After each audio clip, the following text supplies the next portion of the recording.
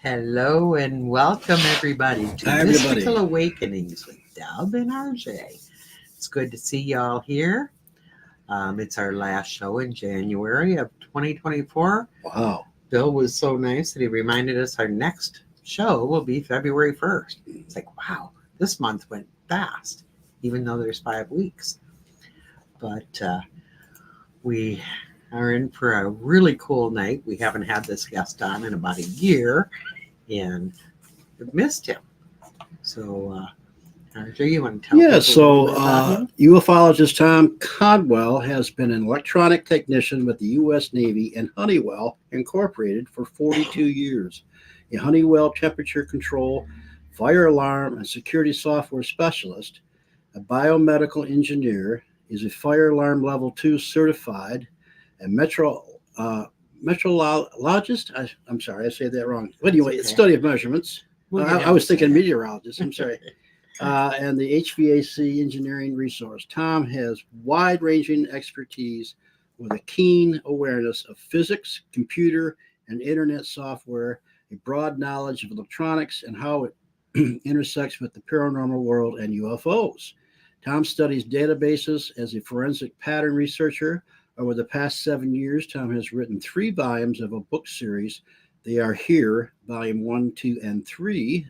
Self-published a collection of blogs, Going Interstellar, completed Earthquakes and UFOs, and collaborated with Anna Marie Manalo on I hope I said that right, on the Night Visitants, My Story of Extraterrestrial Contact.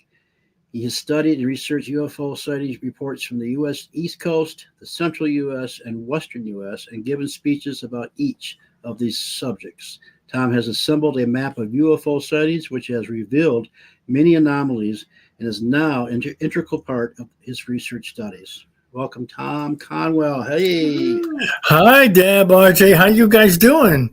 Good, Tom. How are you? I'm just fine. Yeah, like I said, it's been about a year, so we're really excited to have you back on. Okay, well, thanks for having me. It should be fun. And by the way, RJ, the word you were trying to pronounce was a metrologist. Metrologist. Yeah, metrologist. Okay. Yeah, that's a study of measurements. Okay. So the metric system and all that? Well, that's part of it. If you had ever used a meter that you're not sure what the reading was, and you can look down at the meter, and if there's a little sticker on it, a calibration sticker, I did the calibrations. That's what a metrologist does. Oh, okay. Well, isn't that cool? Nice. Yep. Yeah. Nice bio, by the way. And I know it was... so it's probably been 8 or 9 years since you wrote your books, right? Because except for the most recent one.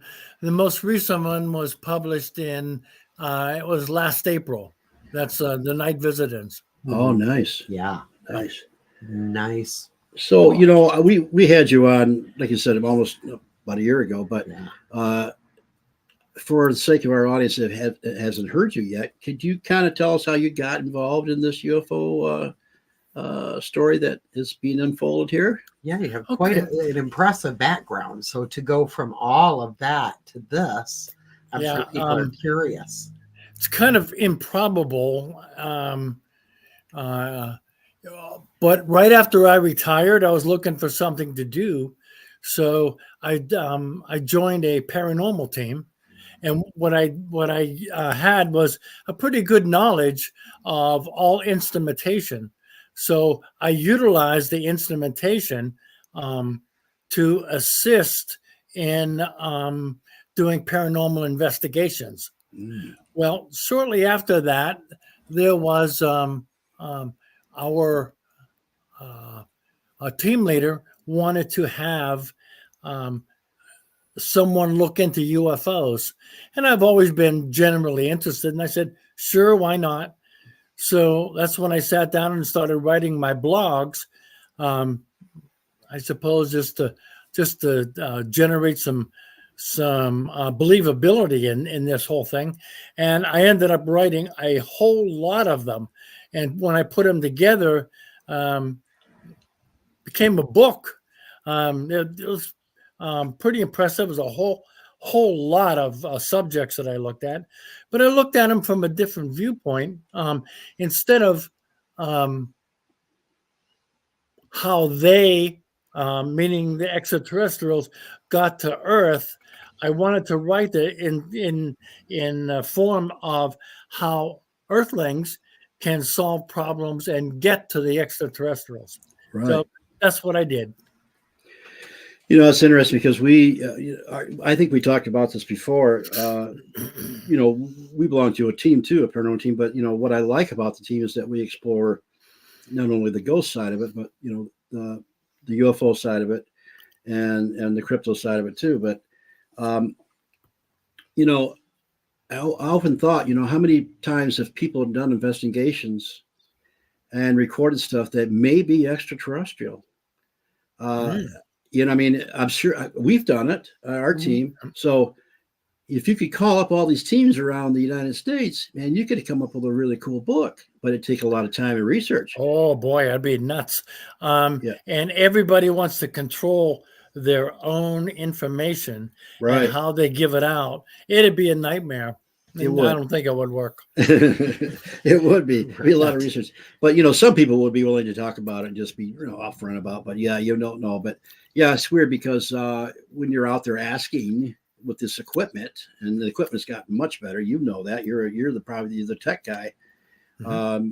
Who knows if we're picking up a ghost or extraterrestrial or interdimensional? Yeah. I suspect that a lot of what's being picked up in the ghost world is probably interdimensional. Mm-hmm. I don't think it's extra dimensional or anything like extraterrestrial even. I think it's all interdimensional, and there's just things that cross through the veil that we pick up, and we may even have someone from on the other side answer our questions and not necessarily be a ghost. Right. So I wouldn't be surprised, not at all. No. Okay. So do you think, we're saying interdimensional, do you think it might be coming from a higher frequency, higher dimension, like a fourth dimension? Yes. Okay. Yeah. Because I believe that's how the UFOs are able to cross over from where they are to here by jumping into another dimension and then not having the restrictions of the 3 dimensions that we're dealing with. Right. And one of those may be time. So they may be able to jump into something that doesn't have time and then just take off and go somewhere else, and virtually minutes or maybe a few hours later be all the way across the galaxy. Right. Yeah, I heard an interesting thing today. I was listening to that the CERN project in Switzerland. Yeah. A lot of people are, a little fearful of it because they think it's going to create this big gigantic black hole or whatever, but they're colliding atoms and all these things together.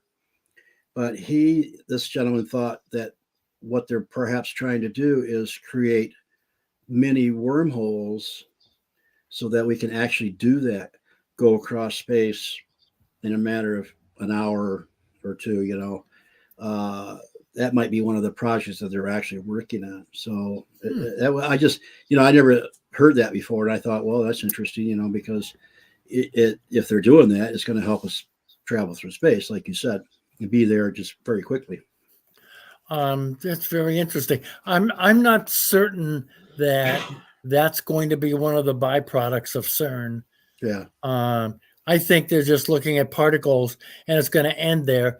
They may indeed create a little tiny black hole, but it's going to be microscopic, and it's not going to do anybody any good. Right. Well,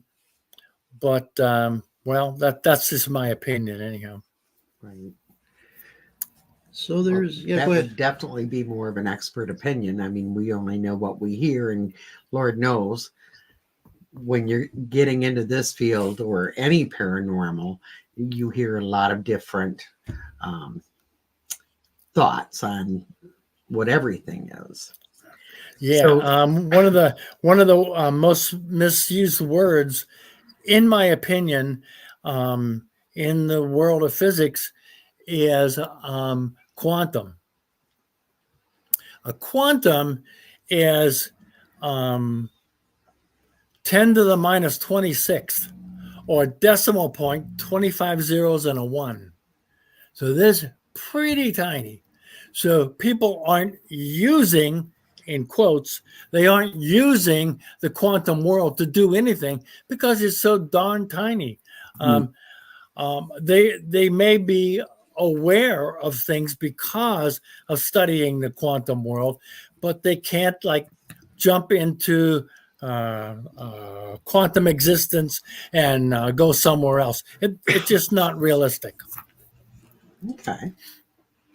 Well, that's good to, it's good to hear from somebody who has worked a little more with things like that. So, Tom, you went from writing these blogs and writing books to all kinds of public speaking and getting very involved in ufology. Oops. How did that, did that kind of blow your mind a bit? To all of a sudden, you retire, you're doing something fun, and then all of a sudden you're busy as all get out again. Yeah. I'll tell you what it did. And this was totally unexpected, completely unexpected. But what it did was, when I started thinking about UFOs, I started having experiences such as dreaming that were very realistic. And then I started getting messages from the beyond. Again, I don't know where they're coming from, but they tell me that they're extraterrestrials. And then they started giving me ideas about what's coming down the pike. It's been the strangest thing I have ever experienced in my life. And this is all since I have retired. And they also showed me multiple UFO sightings, and that was kind of interesting. And then they went back to the dreams and trying to influence me that way. Right.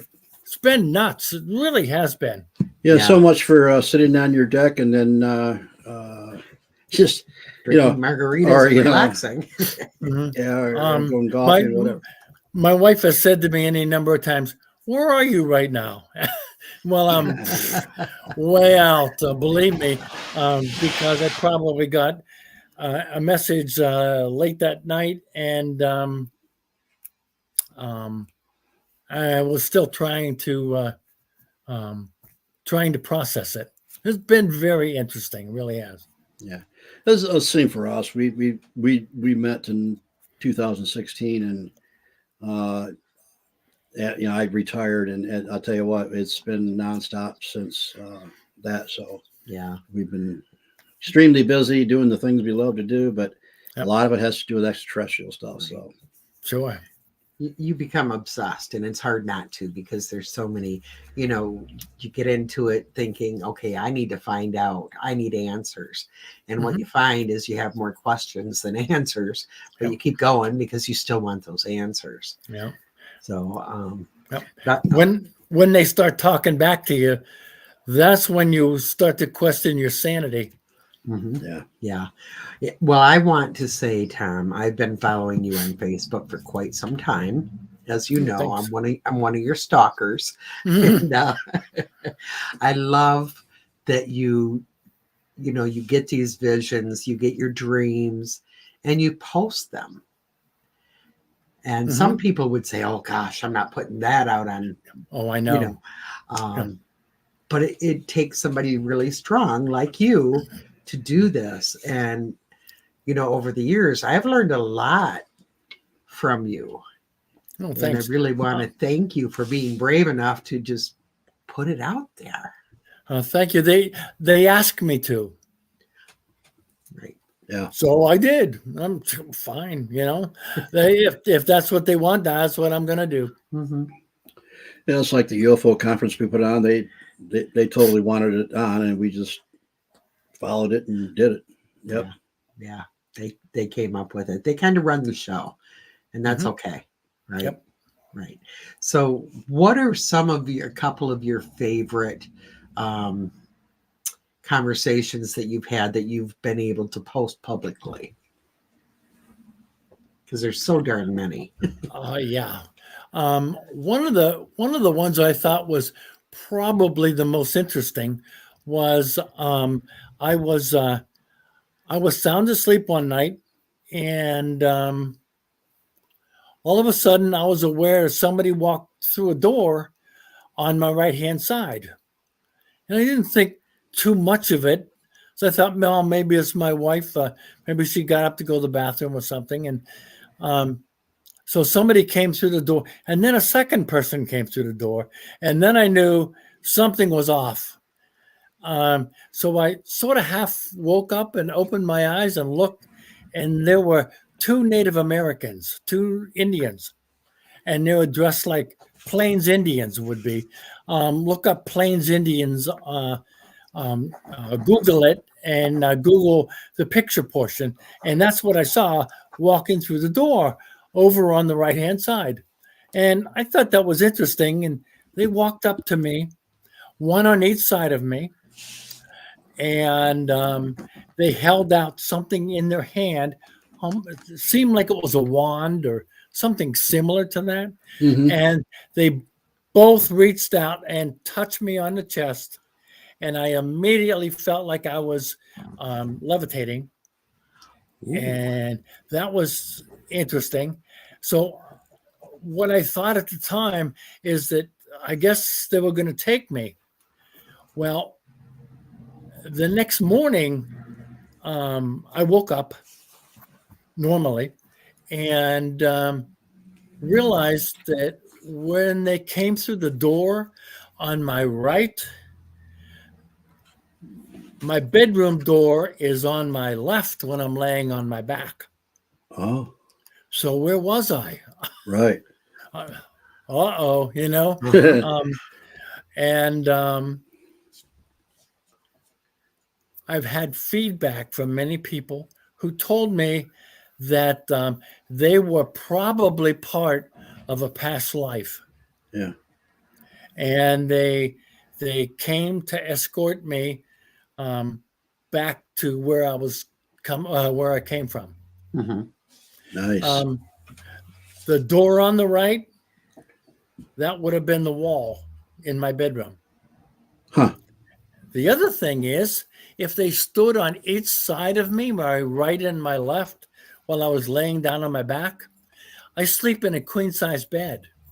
They couldn't have been standing on my right because the bed was there. So I really think I was somewhere else. Right. And Right. That was a very interesting moment. When I realized the following morning that I was probably taken. Yeah. Several weeks later, weeks now, it's probably several months later, I woke up in the morning and asked my wife if I could get her anything because I was going out into the kitchen. And she said, "What did you do to your eye?" And I went, "Nothing. Why?" She said, "It's all black." Oh. So I went into the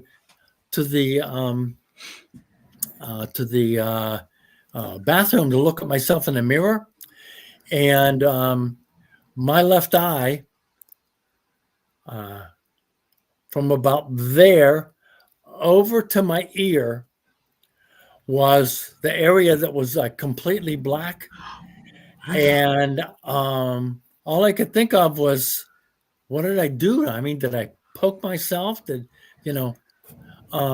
I figured that was going to be a real mess if I had to go out to the store or anything. Because, people were going to ask me questions and all kinds of stuff that I didn't want to answer them.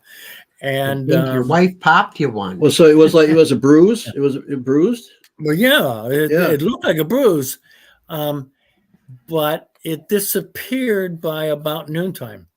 Oh, wow.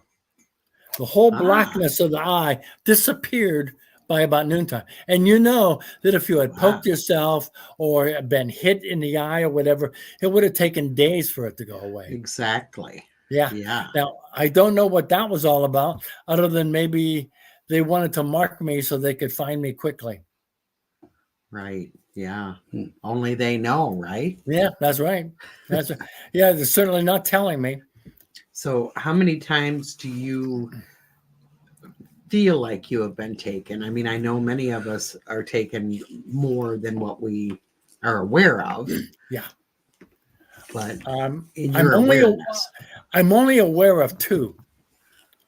Doesn't mean it didn't happen, like you said, but I was only aware of 2, and those are the ones that involved the Native American guys and the black eye. Other than that, I don't have any recollection of anything.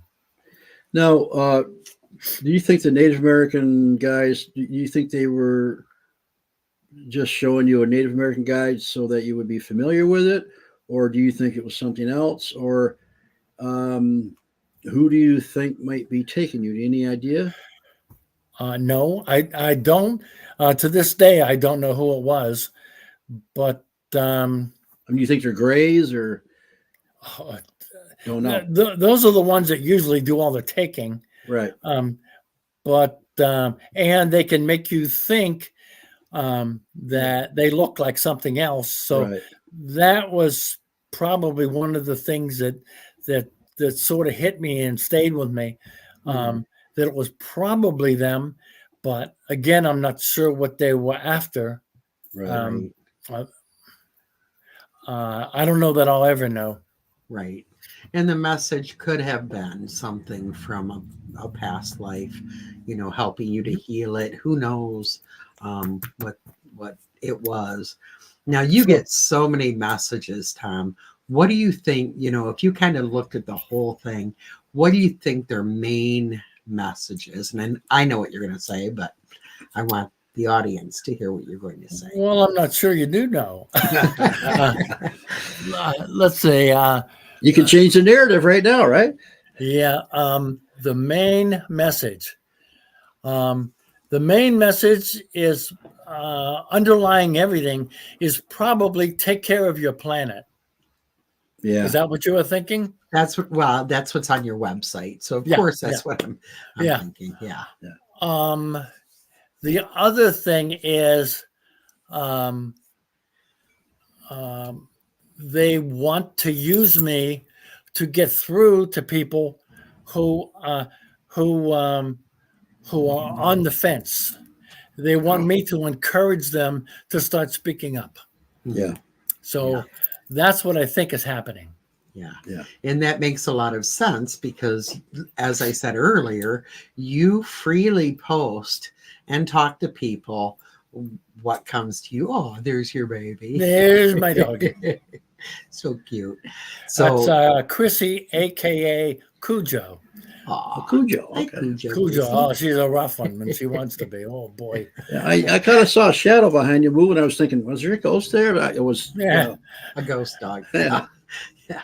But yeah, that's interesting because I mean, Lord knows the government hasn't been telling us anything. So I think the plan is to have more and more people come forward and help other people, and that's just the way it works. Yeah. Right. But in this day and age, this is probably what a transition to the fifth dimension looks and feels like. And they want us to, those of us who may have experienced little pieces of it, to try to tell everyone what it's like, and then it doesn't hurt. Right. Right. So that's what I think, anyhow. Yeah. And I think you're a beautiful instrument to let people know it's okay to talk about it. Mm-hmm. It's okay, still so many people think they're going to think I'm crazy if I say I saw this I know. or this happen. I know. But you know what? Not so much anymore. It's getting better and better. I mean, it's getting there. And if as you get as old as I am, you just say, "The heck with it. I don't care what they think. I know what I saw, what I did. And if they don't believe me, that's their prerogative." Yeah, that's exactly how I feel. I'm about to turn 77 on Sunday, actually.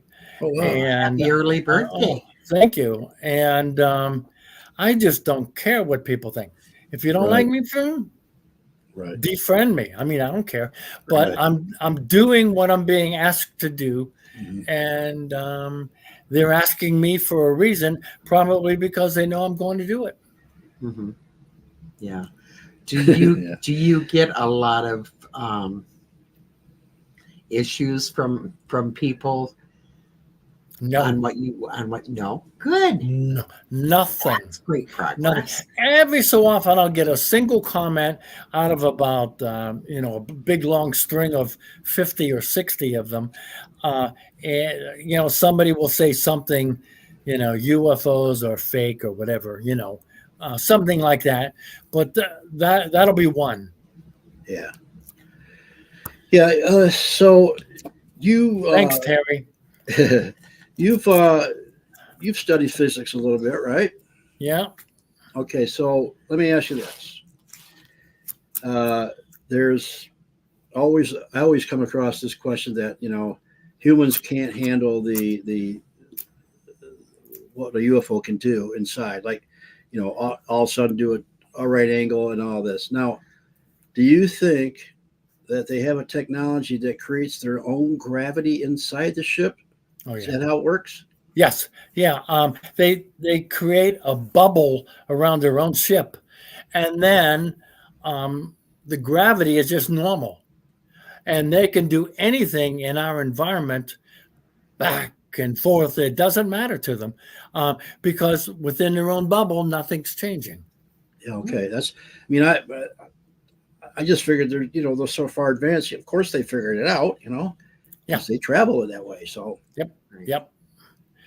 I think a good portion of them utilize travel that's faster than light, just by cheating on the rules and regulations around speed of light, and because they cheat, then they can go faster than light and then be somewhere in a heck of a hurry.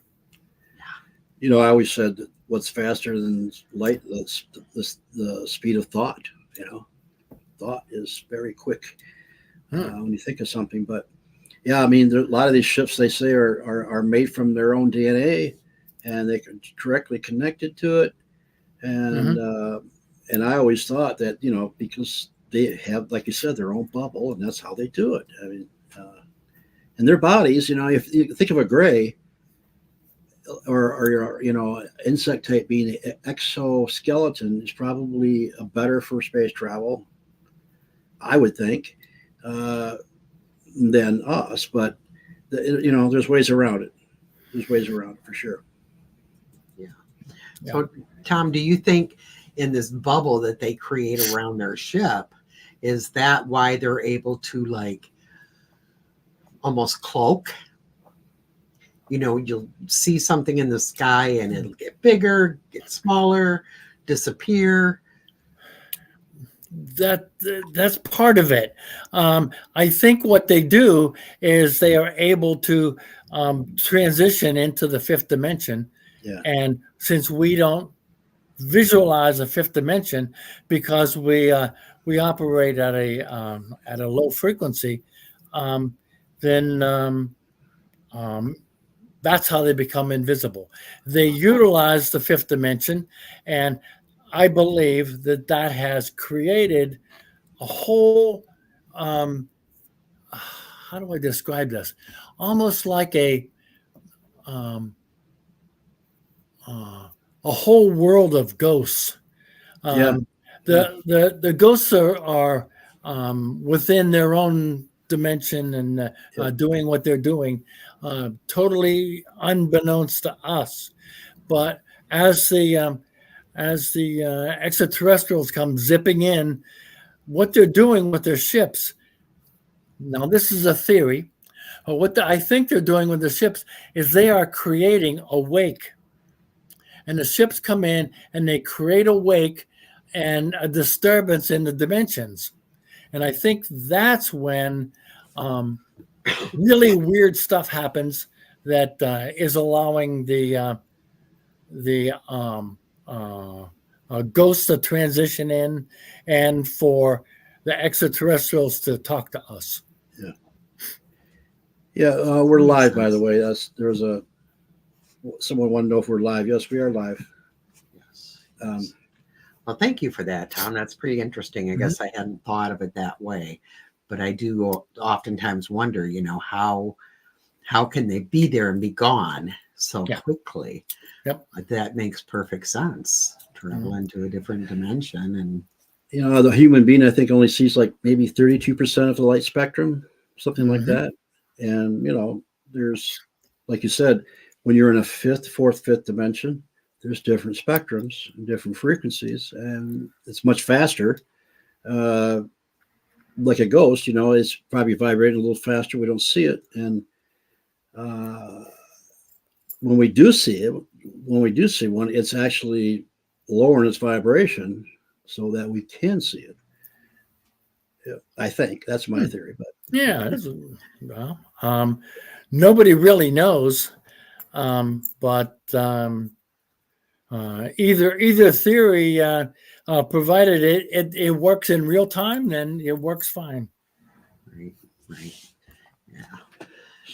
Interesting. Yeah. I'm not sure what that means, so I'm not going to address it. But well, I think they may be talking actually about the Mercury itself. You know, I don't know if you can see comments. I don't see them very well, but somebody's asking. I don't see them. Okay. Do you think Mercury is behind some of the UFOs magic? And I'm not sure. Oh, okay.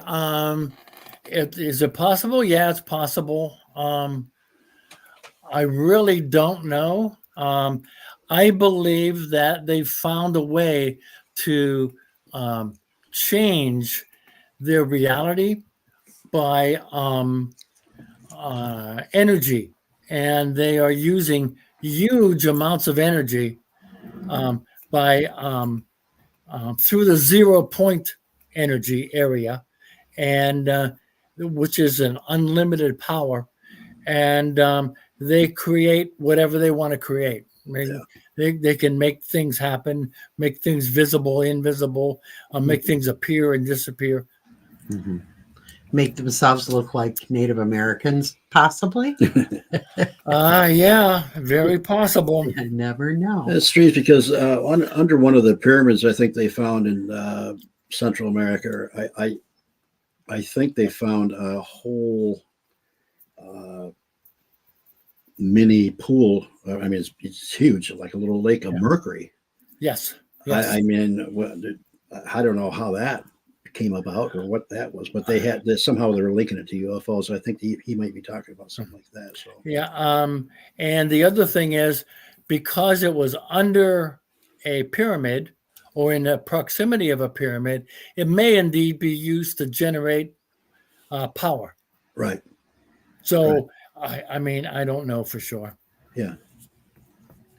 Interesting. Right. So the last time you were here, I think we got into talking about disclosure and how people's voices, experiencers, all of what's going on is really what disclosure is. How do you feel about like the whistleblowers and the hearings and all of that? Do you think that's helping? What do you think? Okay, that's all part of the cake that's baking. They have a plan to let things out very slowly, and the disclosure element is part of that. They'll let a couple of people out to leak a few things about maybe seeing a ship or having a ship, or somebody extracted something from the ship, and that's part of what they're doing. Eventually, everything will be put together in one great big package, a story. And then that's going to be full disclosure, but we may not see full disclosure for quite some time. Right. Yeah. Right. Partial disclosure, oh, you betcha, that's coming right around the corner. But full disclosure, not so much. Yeah. Well, I feel like we are definitely in partial disclosure now. Yeah. Too many people are speaking out. There's too many things happening. Being involved with MUFON, I know that there's so many sightings around the world. So many people have been taken and come up with the same stories. You know what I mean? It can't just be a few people making things up. Sure. So, sure. I think that we are definitely in partial disclosure, if nothing else. But when you say they, do you mean extraterrestrials? Do you mean the government, the military? Who do you think is holding back? Holding back? I believe that the extraterrestrials are partly responsible. They're holding back some because they want us to achieve a fifth dimensional goal.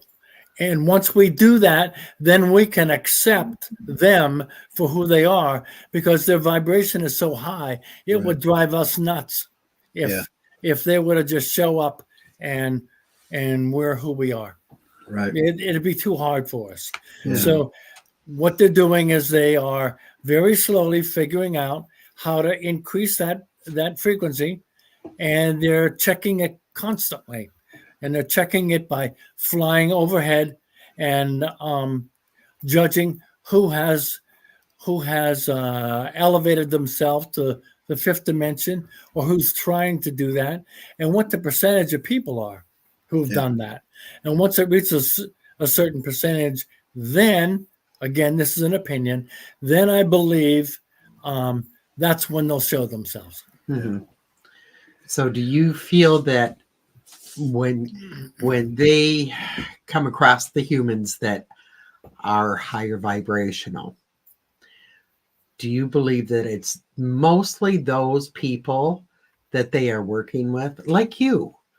They give you a lot of information, a lot of visions. Do you think that's because they know that you will share it, that you are higher vibrating and open and willing and loving? Okay. Well, I'm not really certain that I'm higher vibrating yet. I don't know what that feels like. I mean, I'm just me, so I don't know what that means.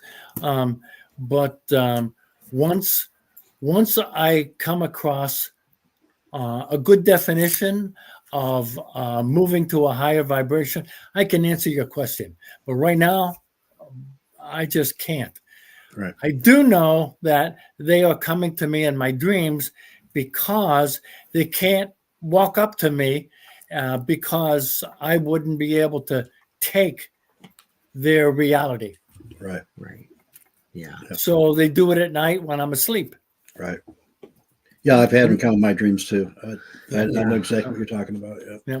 Yeah. And they know I'm a blabberpuss. So as soon as they tell me something, I'm going to post it on social media. Yeah. So they continue to tell you things. Yeah. Because you do this often. Yeah. This is only my opinion, Tom, but I feel like higher vibrational beings, it's not necessarily what we feel, it's what we are. And the little bit, I don't know you real well, but I know that you're open, you're kind, you're loving, and you're willing. Mm-hmm. To me, that's the higher vibration. The higher vibration. Yeah. Okay. Well, it could be. I mean, I really don't know because I haven't really personally changed. But that makes sense. So, but I know what you're saying.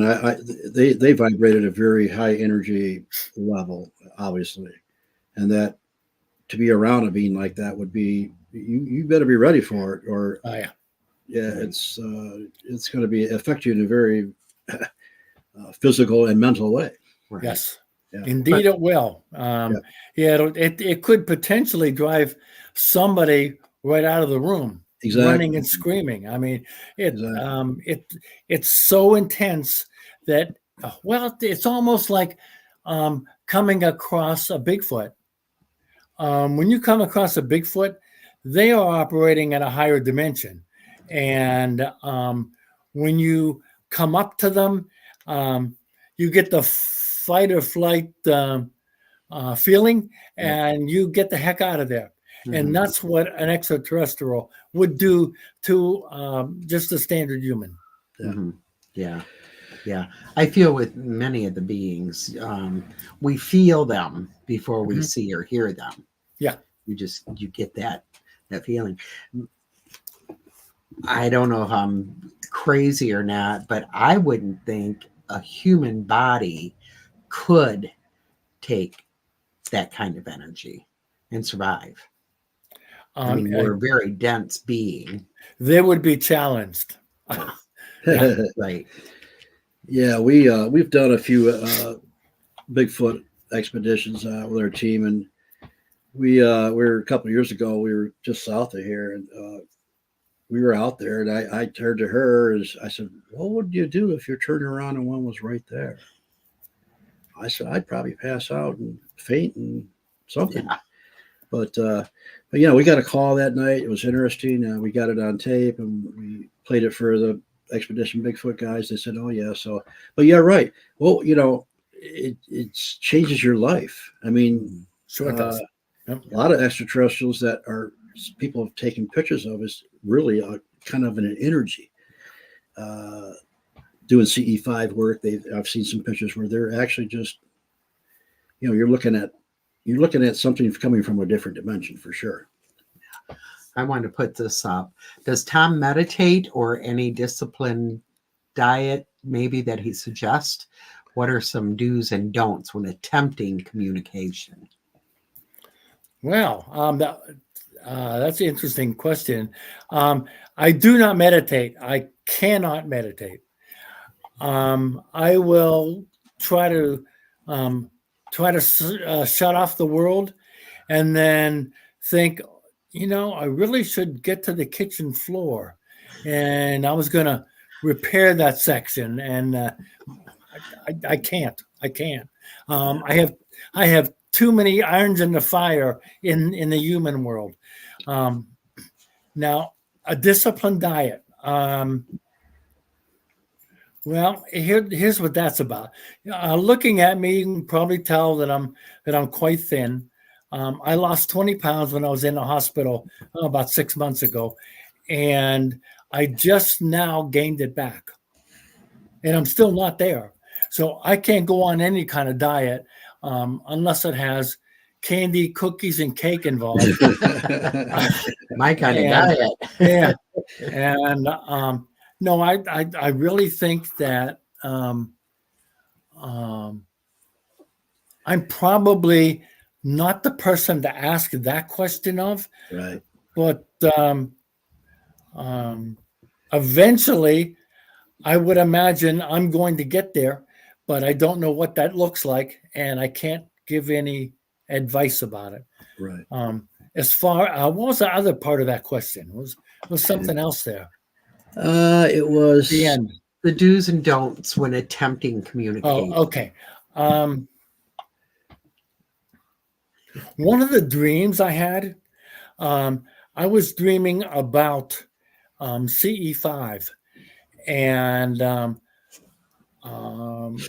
was wondering how I could get to a place that had a CE5 communication attempt going, and it was slow. I mean, I really couldn't find anybody close by, other than maybe 2 hours away. Yeah. And that didn't interest me. So I remember going to bed that night and thinking about CE5. When I woke up, my usual time to wake up in the morning after a dream is about, it was between 3 and 4 a.m. And I remember hearing a voice in my head that said, "Groups not needed. Ask." It was just that, just 4 words. "Groups not needed. Ask." Huh. So I mean, I wasn't sure what it meant, but were they telling me that all I had to do was ask them? So I did. I started asking.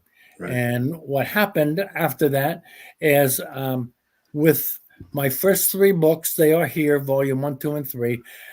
Just as I was ready to do my last upload from my book to Amazon, they showed me a UFO. Each time. Each of 3. In your dreams or? No, real. In real, yeah. Okay. In real life, yeah. And I thought that was interesting, and because they responded to my ask. Right. And as far as I'm concerned, all you need to do is, with a pure heart, is ask for their help, ask for their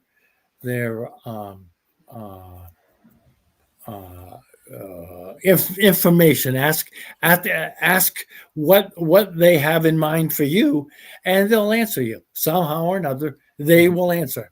I know they will. I mean, we were doing an investigation outside. There was 10 of us in a town south of here, and I was looking at the sky, beautiful night, and I was saying, "I know you're there. Just please show me a sign. Please show us a sign. Please, please." This, what I thought was a star, just opened up. A big spotlight shined on all of us, and just shoot right back down to nothing. So you're right. Sometimes when you just ask, it happens. Yeah. It's amazing. I mean, I said, thank you. So when you got into this, Tom, you were in the paranormal. Well, you retired, got into paranormal. They asked, who wants to do UFO stuff. So you really just said, "Okay, I'm open to this." And really, that was kind of all it took. Then you started getting all this information on your books and everything else. So, I'm one who meditates, and I mean, I know that I should, before doing the work, not eat heavy meats and things like that, but I do meditate, and I do focus on contact. So it's good for me too to hear, just be open, just ask. Yeah. That's all they wanted me to do, is just ask them, and not delay. Trying to look for a CE5. Just ask us. And so I did, and they responded. I love it. Nice. Yeah. So there you go. There's your answer. Just, in fact, he posted. See if I can see that. Just ask. Okay. Beautiful. Yep. So, do you plan to continue this work? Are you working on any other books? Projects right now? I am. All of a sudden, things started happening with the dreams and whatever, and I can't get focused on the next book. But I have someone I'm co-writing with, and we're going to be writing about the infinity of God, whether God's infinite, and what that really means to everybody who is into religion. Right. Now, I do not have any background in religious studies or anything, Right. but that's what they wanted me to do. They wanted me to write about how God is infinite, and who we pray to is not necessarily God. Right. Right. We're praying to angels and ETs, ancestors, and that kind of thing. But when we think about the universe, and we think about multiple universes and everything else, that's where God comes in. God's created those, and I believe that firmly. But as far as the minuscule stuff, like could you give me some guidance on my boyfriend? Well, that's not what God does. I mean, well, very well put. Yeah, I like that. So I think, I'm hearing you saying that you're going to be writing this without the religious background. I like that because, and this is only my opinion, but religions are boundaries. They're, they all have different theories, different thoughts. So to put this information out there without those boundaries is beautiful. Yeah. This all started because of a nighttime dream. They wanted me to write things in Facebook and on social media, but they also wanted me to write about God. And I initially thought about it, and I said, sure, that's a great idea. And then I started putting words down on paper, and I thought, I'm not qualified to do this. Why would they want me to do that? It didn't make sense to me until I realized that what they were probably trying to tell me is that I don't need to have a background in religion. I just need to talk about the big picture and not the little one. Right. Yep. Perfect. So it's going to get interesting when I start putting words on paper, because I'm going to have. Are you familiar with the law of one? The what? The law of one? Law of one? No. Okay. If you ever get a chance, check that out. It's kind of like a universal thing that may be going on throughout the universe. So basically the fact that we are all connected. Yeah. Okay. We are all part of one.